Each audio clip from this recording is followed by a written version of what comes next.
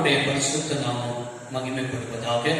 ஆண்டவர் நம்மளை இந்த 9வது மாதத்தில் கவனம் செய்து 4 நாட்கள் பாதுகாத்து இந்த 5வது நாளையும் கர்த்தர் இதன் வாயிலாக உங்களோடு பேச தேவன் தந்த தருணங்களை நினைத்து நான் தேவனை துதிக்கிறேன், தேவனை மகிமைப்படுத்துகிறேன். கடந்த 1ஆம் தேதி காலையில் ஆண்டவர் அழகான வாக்குத்தத்தங்களை புதிய மாதத்துக்கு தந்தார். ரூத்தின் புத்தகம் 3ஆம் அதிகாரம் 11வது வசனம். இப்பொழுது மகளே, நீ பயப்படாதே, உனக்கு வேண்டியபடியெல்லாம் செய்வேன், நீ குணசாலி என்பதை என் ஜனமாயிருக்கிற ஊரார் எல்லாரும் அறிவார்கள். இந்த வார்த்தையை தான் ஆண்டவர் இந்த மாதத்தின் வாக்கு தத்தமாய் தந்தார். அதை தான் 1ஆம் தேதியிலும் கூட உங்களுக்கு காணொளி மூலமாய் வாக்கு தத்த வார்த்தைகளையும் நீங்கள் கவனித்தீர்கள்.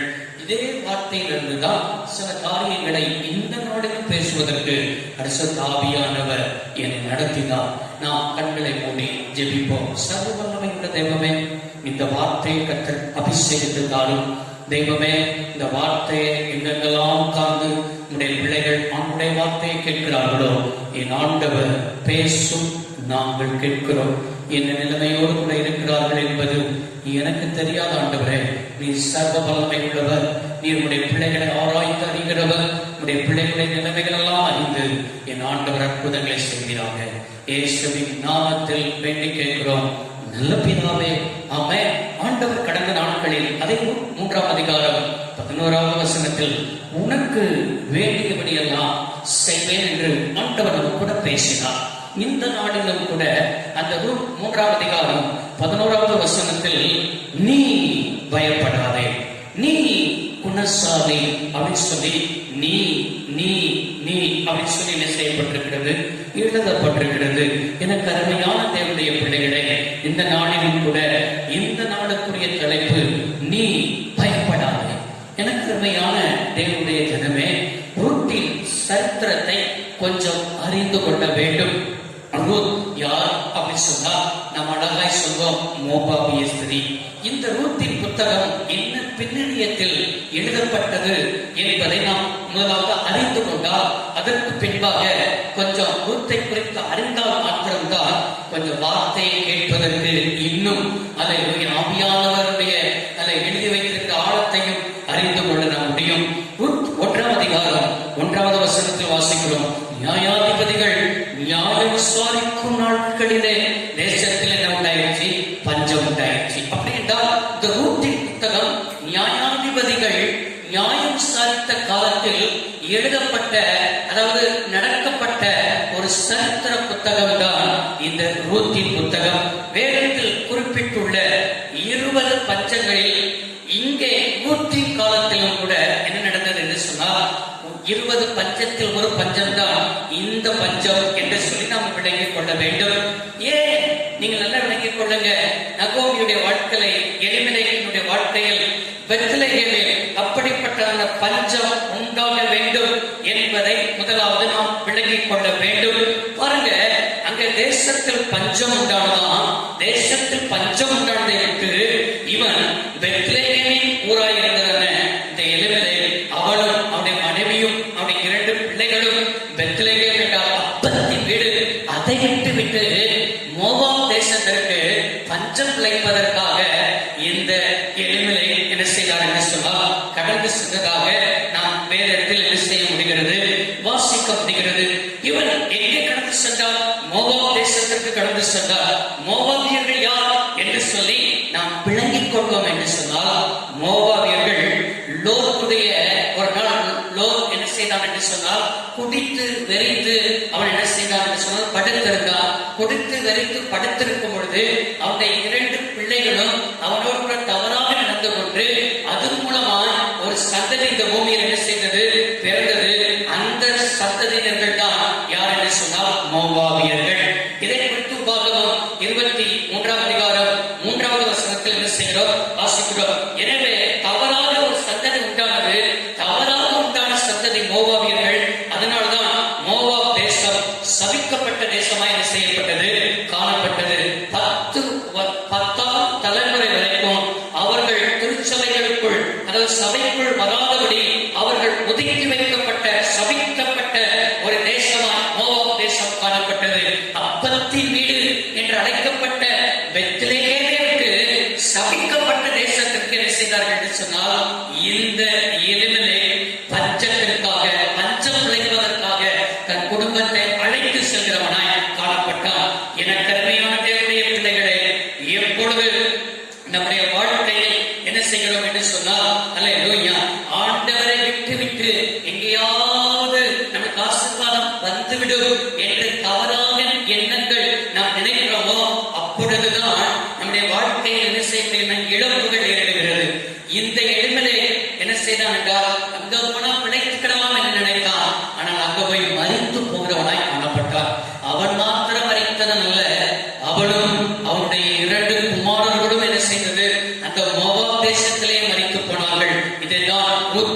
சரித்திரம் நமக்கு தெளிவாய் போதிக்கிறது. சரி, பஞ்சம் பஞ்சம் அப்படின்னு சொல்லி பார்க்கிறோமே, அப்போ இந்த பஞ்சத்தை ஆண்டவர் ஏன் அனுமதித்தார் என்பதையும் கொஞ்சம் என்ன செய்ய வேண்டும், விளங்கிக் கொள்ள வேண்டும் அல்லவா? ஏன் அனுமதித்தார் என்றால், நான் ஆரம்பத்திலே சொன்னேன், இது நியாயாதிபதிகள் நியாயம் விசாரித்த காலத்தில் நடந்த ஒரு சம்பவம் தான் ரூத்தின் சம்பவம். இப்போ இஸ்ரவேல் ஜனங்கள் என்ன நினைத்தார்கள் என்றால், ஆண்டவரே அவருக்கு ராஜாவா இருந்தார், ஆனால் ஆண்டவரே ராஜாவா இருந்த ஆண்டவரை அவர்கள் தள்ளிவிட்டு எங்களுக்கு ஒரு ராஜா வேண்டும் என்று என்ன செய்தார்கள், கேட்க தொடங்கினார்கள். இது நிமித்தம் மனம் போன போக்கில் வாழ ஆரம்பித்தார்கள். பாவத்திற்கு மேல் பாவம் செய்ய என்ன செய்தார்கள், ஆரம்பித்தார்கள். இப்படி ஆண்டவருக்கு விரோதமான பாவங்களை தம்முடைய ஜனமாயிருந்த இஸ்ரவேல் ஜனங்கள் செய்தது நிமித்தம் தான் என்ன நடந்தது அப்படின்னு சொன்னால், ஆண்டவர் பஞ்சத்தை என்ன செய்தார், அனுமதித்தார். நம்முடைய வாழ்க்கையில ஏன் பஞ்சம் வருது, நம்முடைய வாழ்க்கையில ஏன் இழப்பு வருது, ஆண்டவரை விட்டு ஏதோ ஒரு காரியத்தில் நாம் தூர போகிறது நிமித்தம் தான் ஆண்டவர் இதை அனுமதித்தார் என்று வேதத்தில் நாம் விளங்கிக் கொள்ள முடிகிறது. இப்பொழுது நீங்க பாருங்க, எலிமலை மறைத்து போகிறார். அங்கே தன்னுடைய மகனாய் இருக்கிறதான மக்லோன், அது மாத்திரமல்ல, அவருக்கு 2 பிள்ளைகள். எலிமலைக்கு 2 பிள்ளைகள் இருந்தார்கள். ஒருவன் பெயர் நமக்கு என்ன சொன்னால் மக்லோன், இன்னொரு பெயர் கிலியோன் அப்படின்னு செய்யப்பட்டிருக்கிறது, சொல்லப்பட்டிருக்கிறது. இந்த 2 பிள்ளைகளையும் நகோமி என்ன செய்தார் என்றால், அந்த மோவாப் தேசத்திலே பெண் எடுத்தார். அல்லேலூயா. மோவாப் தேசத்திலே, அந்நிய தேசத்திலேயே பெண் எடுத்தார். அவளுடைய பேர் தான் யாரு, ரூத். இன்னொருத்தர் பேர் ஒர்பா. இந்த ரூத் யாருமே நிறையவருக்கு தெரியாது. நான் ரூத்தை குறித்து கொஞ்சம் ஸ்டடி பண்ணும் பொழுது நான் அதுல கற்றுக்கொண்டதை யார் என்று சொன்னால், ரூத் சாதாரண வீட்டு பெண்ண கிடையாது. ரூத் எங்க உள்ளவள் அப்படி சொன்னால், எக்லோன் ராஜாவின் குமாரத்தி. ஒரு ராஜாவுடைய குமாரத்தி தான் யார் என்று சொன்னால் ரூத். பாருங்க, அந்த எக்லோன் ராஜாவுக்கு 2 குமாரத்திகள் இருந்தார்கள். அவர்கள் ஒரு குமாரத்தி தான் யார் அப்படின்னு சொன்னால் ரூத், இன்னொரு குமாரத்தி தான் யார் என்று சொன்னால் ஒர்பா. பாருங்க, ஒரு நகோமி கணவனால் இறந்து விட்டால், இப்போ ராஜாவுடைய வீட்டுல என்ன செய்கிறார், பிள்ளைகளுக்கு என்ன செய்தார், சம்பந்தம் கிடக்கிறார் என்று சொன்னால், அந்த அளவுக்கு அந்த அந்நிய தேசத்துக்கு என்ன சொன்னா, எலிமலைக்கு போனாலும் நகோமி போனாலும் அந்நிய தேசத்தில் இவர்களை ஆண்டவர் ஆசீர்வதித்தார். அவருடைய ஆசீர்வாதத்தை பார்த்துதான் ராஜாவுடைய வம்சத்திலிருந்து என்ன செய்தார் என்று சொன்னால், தன்னுடைய பிள்ளைகளுக்கு பெண் எடுத்தார்.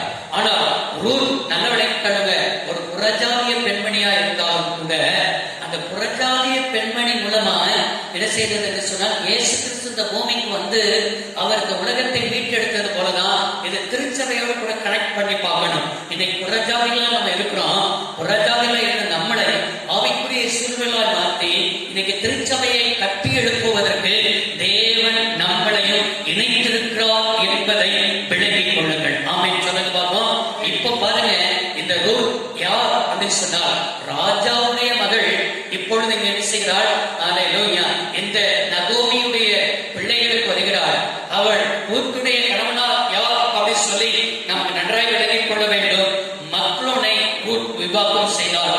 ஒர்பா கிலியோனை என்ன செய்தார், விவாகம் செய்தார். இதுதான் அவருடைய பின்னணி, ரூத்துடைய பின்னணி.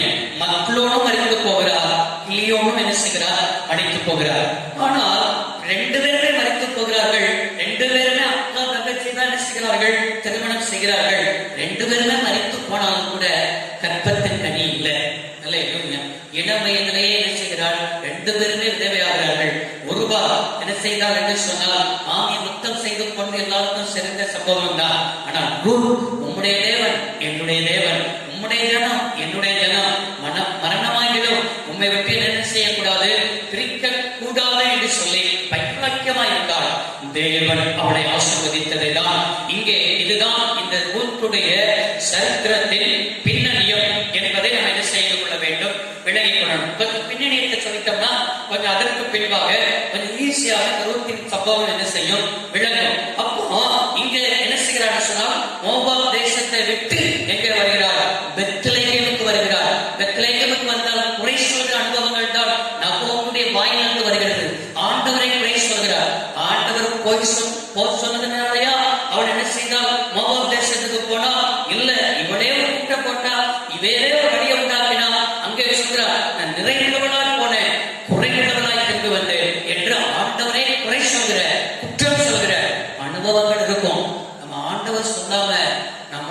எல்லாம் செய்வோம். ஆனா வாழ்க்கையில இழப்பு வந்துருச்சுன்னா உடனே ஆண்டவர் மேல என்ன செய்வோம்? குற்றம் சொல்லுவோம். இதுதான் மனிதனுடைய எனது இயல்பு. இதுதான் இன்றைக்கு நம்முடைய இயல்பா இருக்கிறது. ஆனால் திரும்பி வந்தவள் அல்லேலூயா போவாஸ் என்ன செய்தான்? சுதந்திரவாளியை கண்டுபிடிக்கும்படி கர்த்தர் கிருபை தந்தார். சுதந்திரவாளியா இருக்கிற போவாசின் களத்திற்கே கூட்டு போகிறார். இதுதாங்க ஆவியானுடைய நடத்துதல். ஆமென். நம்மளை மீட்டுக் கொண்டவர் அல்லேலூயா நம்முடைய தேவாதி தேவன். போவாஸ் இயேசு கிறிஸ்துவுக்கு ஒரு முன்னுதாரணமாக என்ன செய்யப்படுகிறார்? காணப்படுகிறார். இந்த போவாஸ் இந்த ரூத்திடத்தில் சொன்னதுதான், மகளே பயப்படாது. ஆமென் சொல்லுங்க பாப்போம். இன்றைக்கு உங்களை பார்த்து ஆண்டவர் சொல்கிறார், மகனே மகளே, எந்த காரியத்தை குறித்து செப்டம்பர் மாதத்தில் பயந்து போயிருக்கிறாய்? எந்த காரியத்தை குறித்து ஏக்கத்தோடு இருக்கிறார்? நீ பயப்படாதே, உனக்கு வேண்டியதெல்லாம் நான் செய்வேன் என்பதை தான் தேவன் வாக்கு கொடுத்துக் கொண்டிருக்கிறார். ஆமென் சொல்லுங்க பாப்போம். என்ன தருமையானவர்களே, அங்கே அருமையா சொல்லுது 3ஆம் அதிகாரம் என்று சொன்னாலே, மாமி யாரு? நகோமி ரூத்திடத்தில் ஆலோசனையை சொல்வா. என்ன ஆலோசனையை சொல்வா? நீ குளித்து எண்ணெய் பூசி வஸ்திரங்களை என்ன செஞ்சுன்னா உடுத்திக் கொண்டு அப்படின்னா, இதுக்கு ஆவிக்குரிய நிறைய அர்த்தங்களை சொல்வார்கள். அங்கே நகோமி சொன்னது 3ஆம் அதிகாரம் 3ஆம் வசனம், குளித்து என்றால் ஆவிக்குரிய அர்த்தங்கள் நிறைய சொல்வது உண்டு. பாவங்களை கழுவ தூய்மையாக்கி எண்ணெய் பூசி அப்படின்னு சொன்னால் ஆவியினை நிறைந்து உன் அதாவது உன் வஸ்திரங்களை உடுத்திக் கொண்டு அப்படின்னா, விதவை வஸ்திரங்களை களைந்து கொண்டு மணவாட்டியுடைய வஸ்திரங்களை என்ன செய்து கொண்டு சொன்னால் உடுத்திக் கொண்டு. எனக்கு ஒரு விதவை இப்போ களைந்து கொண்டு நீ களத்துல போய் யாருக்கும் தெரியாமல் என்ன செய்ய சொன்னால் அவர் படுத்துக் கொள்ளும் பொழுது அவருடைய போர்வையை கொஞ்சம் என்ன செய்ய ஒதுக்கி அவருடைய காலடியில் என்ன செய்து கொள், படுத்துக்கொள். இவ்வாறாக மாமி என்ன செய்ய சொன்னால் இங்க ரூத்துக்கு ஆலோசனையை கொடுக்கிறார். அது இரவு நேரம், இருள் சூழ்ந்த நேரம், களத்தில் யாரும் என்ன செய்ய பார்க்காத ஒரு நிலையில் அவர் காலடியில் போய் படுத்துக்கொள் என்று ஆலோசனை கொடுக்கிறார். அதே 103ஆம் அதிகாரம் 5வது வசனத்தில் வாசிக்கிறோம். அதற்கு அவள், நீ எனக்கு சொன்னபடியெல்லாம் செய்வேன் என்றால், அவள் களத்துக்கு போய் தன் மாமி தனக்கு கற்பித்தபடியெல்லாம் என்ன செய்தார். அப்படி என்றால் நீ பயப்படாதே என்று ரூத்திடத்தில் போவாஸ் சொன்ன காரணம், வாழ்க்கையில் தீர்மானம் ஒன்றை எடுத்துவிட்டார். என்ன தீர்மானம் என்றால், எனக்கு இதற்கடுத்து மற்ற யாரும் நான் விவாகம் செய்ய போகிறது இல்லை, நான் போவாசை தான் விவாகம் பண்ண போகிறேன் என்று தனக்குள் ஒரு தீர்மானத்தை என்ன செய்து விட்டார்? எடுத்து விட்டார். அந்த தீர்மானத்தில் அவளுக்குள்ள ஒரு பயம், ஐயோ களத்துக்கு போகிறோம், களத்துல போனா வேலைக்காரர்கள் இருப்பார்கள், என்ன நடக்குமோ அப்படின்னு இருதயத்துக்குள் ஒரு பயம் வந்திருக்கலாம். இரவு சொந்த நேரம் தானே, நம்முடைய வாலிப பிள்ளைகளை போய் என்ன செய்து கொள்ளுங்க, இங்க போயிட்டு வாமா, இந்த இடத்துல நீங்க இதை செஞ்சுட்டு வா அப்படின்னா நீங்க துணைக்கு வாங்க. நீங்க துணைக்கு வந்தாதான் நான் என்ன செய்வேன், இதை போவேன். தனியா எங்கேயாவது போய் தைரியமா நம்முடைய பிள்ளைகள் போயிட்டு வருதா? இல்ல, வந்தாலும் போவேன், வரட்டா என்ன செய்ய மாட்டேன், போவேன். ஆனா இந்த ரூல், அந்நிய தேசத்துடைய பெண் பெத்லெகேம் தேசத்தை கொடுத்து தெரியாது, போவாசுடைய களத்திற்கு ஒரு நாள் தான் போய் என்ன செஞ்சிருக்கிறார், போய் கதிர்களை கொடுக்க போயிருக்கிறார். ஆனா இரவு நேரத்தில் ஒரு வாலிப பெண் என்ன செய்கிறார் என்று சொன்னால், தைரியமா போனா தீர்மானத்தை உறுதியா வைத்திருந்தார். நம்முடைய வாழ்க்கையில என்ன தீர்மானம் எடுத்து, வேலையை குறித்து தீர்மானம் எடுத்திருக்கீங்களா? பயப்படாதீங்க, தீர்மானம் எடுத்துட்டீங்கன்னா தைரியமா செய்யுங்க. திருமணத்தை குறித்து தீர்மானம் எடுத்துட்டீங்களா? தைரியமா செய்யுங்க. அல்லேலூயா. அதே போல ஊழியத்தின் காரியமா, பிள்ளைகளின் காரியமா, படிப்பின் காரியமா தீர்மானம். அன்றைக்கு சாத்ரா பேசா ஆபேத்நேகோ தீர்மானம் பண்ணினார்கள். நீ நிறுத்தின பொற்சிலையை நாங்கள் வணங்க மாட்டோம் தீர்மானம். ஆனா தீர்மானத்துக்கு பல சோதனைகள் வரும். அந்த தீர்மானத்திற்கு அன்றைக்கு ராஜா, நீ இந்த 2 சிலையை வணங்கவில்லை என்று சொன்னால் உன்னை அக்னி ஜுவாலையில தூக்கி போடுவேன் என்று சொல்லி சோதனைகள் வந்தது. தீர்மானத்துக்கு சோதனை வரதான் செய்யும். அப்படி என்றால் அவர்கள் சொன்னார்கள், நாங்கள் ஆராதிக்கிற தேவன்களை தப்புவிக்க வல்லமை உள்ளவராக இருக்கிறார். தப்புவித்தாலும் சரி, தப்புவிக்காவிட்டாலும் சரி, நாங்கள் நீ இருக்கிற பொருட்களை மாட்டோம், வணங்க மாட்டோம்னு சொல்லி தீர்மானத்தில் உறுதியாக இருந்தார்கள். கர்த்தரே மெய்யான தெய்வம் என்பதை ராஜாவும் அறிந்து கொள்ளும்படி கர்த்தர் கிருபை தந்தார். இந்த ரூத்துடைய வாழ்க்கையிலையும் மாமியுடைய வார்த்தையை கேட்டு இரவு நேரத்தில் எனக்கு என்ன சொன்ன, போவாஸ் தான் எனக்கு கணவர், அவரை தான் விவாதம் பண்ணுவேன். தீர்மானத்தில் ஜெயம் ரூத் என்ன செய்தால் பெற்றுக்கொண்டார். 2வது, நீ பயப்பட சொன்னதற்கு காரணம் என்ன? அதே 3ஆம் அதிகாரம் 12வது வசனமும் 13வது வசனமும் ரூத்தை பார்த்து போவாஸ் சொல்கிறார், நான் சுதந்திரவாளி என்பது மெய்தான், ஆனாலும் என்னிலும் கிட்டின சுதந்திரவாளி ஒருவன் இருக்கிறான். ராத்திரிக்கு தங்கியிரு, நாளைக்கு அவன் உன்னை சுதந்திர முறையாய் விவாகம் பண்ண சம்மதித்தால் நல்லது. அவன் விவாகம் பண்ணட்டும். அவன் உன்னை விவாகம் பண்ண மனதில்லாதிருந்தானாயில் நான் உன்னை சுதந்திர முறையாய் விவாகம் பண்ணுவேன். அப்படின்னா என்ன அர்த்தம்? அப்படின்னா என்னிலும் இவள் எனக்கு இதுக்கு மேல் கணவனாக இருந்தால் போவாஸ் தான் கணவர் அப்படின்னு சொல்லி தீர்மானம் எடுத்துட்டா. ஆனா அந்த தீர்மானத்துக்கு அடுத்த ஒரு ஸ்டேஜ் என்ன ஸ்டேஜ்னா, அவள் காலனியில் போய் படுத்திருக்கிறாள். இரவு நேரத்தில் அவள் சொல்றான், என்னிலும் ஒரு சுதந்திரவாடி ஒருத்தர் இருக்கிறார். அவன் என்னை காட்டிலும் அவனுக்குத்தான் அதிக உரிமை இருக்குது. அவன் மீட்டுக் கொண்டால் அவன் மீட்டுக் கொள்ளட்டும். அவன் மீட்டுக் கொள்ளவில்லை என்றால் நான் என்ன செய்கிறேன்? திருமணம் செய்கிறேன். அப்படின்னா என்ன? ஏன் அவளுக்குள்ள என்ன ஒரு காரியம் வந்திருக்கும் என்றால், வாழ்க்கையில் இருள் சூழ்ந்த நேரத்தில் நீ பயப்பட. என்ன இருள்? என்ன இருள் அப்படின்னு சொல்லி திரும்ப கேட்கணும்னா, என்னை காட்டணும் இன்னொருத்தர் நமக்கு சுதந்திரவாடி இருக்கிறார். ஆனா இன்னொரு சுதந்திரவாளி இருக்கிறது என்பது மாமி சொன்னிருக்கலாம், சொல்லாம கூட இருந்திருக்கலாம். ஆனா இப்ப இவன் சொல்றான், ஐயோ நான் வேற யாராவது திருமணம் முடிக்கிறதா அப்படின்னு சொல்லி இருள் சூழ்ந்த நேரத்தில் வாழ்க்கையிலும் ஒரு இருளாய் வீசுகிறது வருகிறது.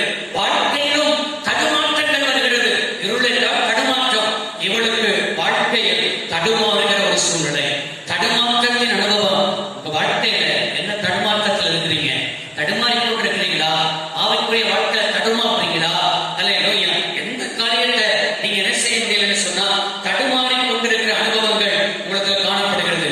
இன்னைக்கு தடுமாற்றத்தில் ஆவியானவர் சரியாய் நடத்த போதுமானவர்.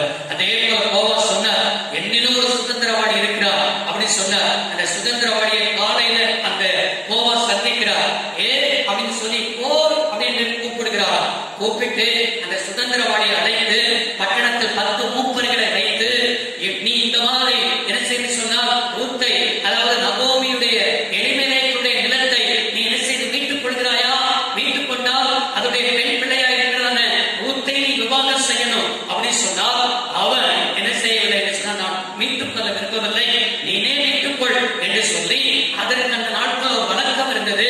பாதரட்சையை கலற்றி என்ன செய்வார்கள் என்று சொன்னால், மீட்டுக் கொள்கிறவன் எவனோ அவனுக்கு கொடுக்கிறது இஸ்ரவேல் தேசத்துடையது வழக்கமாக. இதே போல அந்த முதல் சுதந்திரவாடி அவருடைய பாதரட்சையை கலத்தை யாருக்கு கொடுத்ததாக எழுதப்பட்டிருக்கிறது? போவாசுக்கு கொடுத்ததாக எழுதப்பட்டிருக்கிறது. போவாஸ் எல்லாவற்றையும் மீட்டுக் கொண்டார். மீட்டுக் கொண்டு அவருடைய வாழ்க்கையில் தடுமாறுகிற அனுபவம் இல்லாமல் ரூத்தே இவளுக்கு என்ன விவாக கணவனாக மாறுவதற்கு ஆவியானவர் அவனை சரியாய், ரூத்தை சரியாய், போவாசை சரியாய் வழிநடத்தினார். உன்னை தடுமாற்றத்தில் இருக்கிறாயா? இன்றைக்கு ஆண்டவர் உன்னை சரியாய் வழிநடத்த தேவன் போதுமானவராக இருக்கிறார். கரவேற்காமே ஒரு நிமிஷத்துல முடித்திருவான். 3வது ஒரு காரியத்தை நாம் பார்ப்போம் என்றால், ரூத்தின் புத்தகம் 3ஆம் அதிகாரம் 18வது வசனம். அப்பொழுது அவள், என் மகளே, இந்த காரியம் என்னமாய் முடியுமோ என்று நீ அறிவுறும் பொறுத்திடு. அந்த மனுஷன் இன்றைக்கு இந்த காரியம் முடியும் இளைப்பாற மாட்டான் என்றார். எந்த காரியம் அப்படின்னா, நடந்த காரியம். களத்துல போனா அவன் பாதத்துல படுத்திருந்தா அவன் சொன்ன காரியத்தை எல்லாம் இப்ப மாமிகிட்ட வந்து சொல்கிறார். யாரு? நகோமிகிட்ட வந்து சொல்கிறார். நகோமிகிட்ட வந்து சொன்ன உடனேதான் அவள், யாரு? நகோமி ரூத்திட சொன்ன, மகளே, இந்த காரியம் என்னவாய் முடியும் என்று நீ அறிய மட்டும். என்ன அறிய மட்டும்னா, ஆரம்பத்துல சொன்னது போல என்னிலும் ஒரு சுதந்திரவாடி இருக்கிறான் அப்படின்னு சொல்லி யார் சொன்னது? போவாஸ் சொன்னான் அல்லவா? அப்படி என்றார். என்னிலும் ஒரு சுதந்திரவாடி இருந்தா அவன் என்னை மீட்டுக் கொள்வானோ என்று ஒரு பயம் யாருக்குள்ள வந்து விட்டது. ரூத்துக்குள் என்ன செய்து விட்டது? வந்து விட்டது. அதனாலதான் அருமையாய் நகோமி சொன்னது, நீ என்ன செய்யாதே, அறிய மட்டும் பொறுத்து. நம்முடைய வாழ்க்கையில் எதிர்காலத்தை குறித்து, வாழ்க்கையில் எதிர்காலம் எப்படி முடியுமோ, எப்படி நடக்குமோ, என்ன சம்பவிப்போமோ, தொழில் காரியத்தில் என்ன சம்பவிக்குமோ, நம்முடைய எதிர்காலம் நமக்கு தெரியாது. இன்னைக்கு எதிர்காலம் எத்தனை பேருக்கு தெரியும்? அல்லேலூயா. நாளைக்கு என்ன நடக்கும், அடுத்த செகண்ட் என்ன நடக்கும், அடுத்த நாள் என்ன நடக்கும், நமக்கு என்ன செய்யாது, தெரியாது. அதனால எதுக்குமே தெரியாத ஒரு காரியத்தை குறித்து நமக்கு என்ன வரும்? பயங்கள் வரும். அதுதான் இதுக்கு நகோமி ரூத்திடம் சொன்னது, நீ அறிய மட்டும்.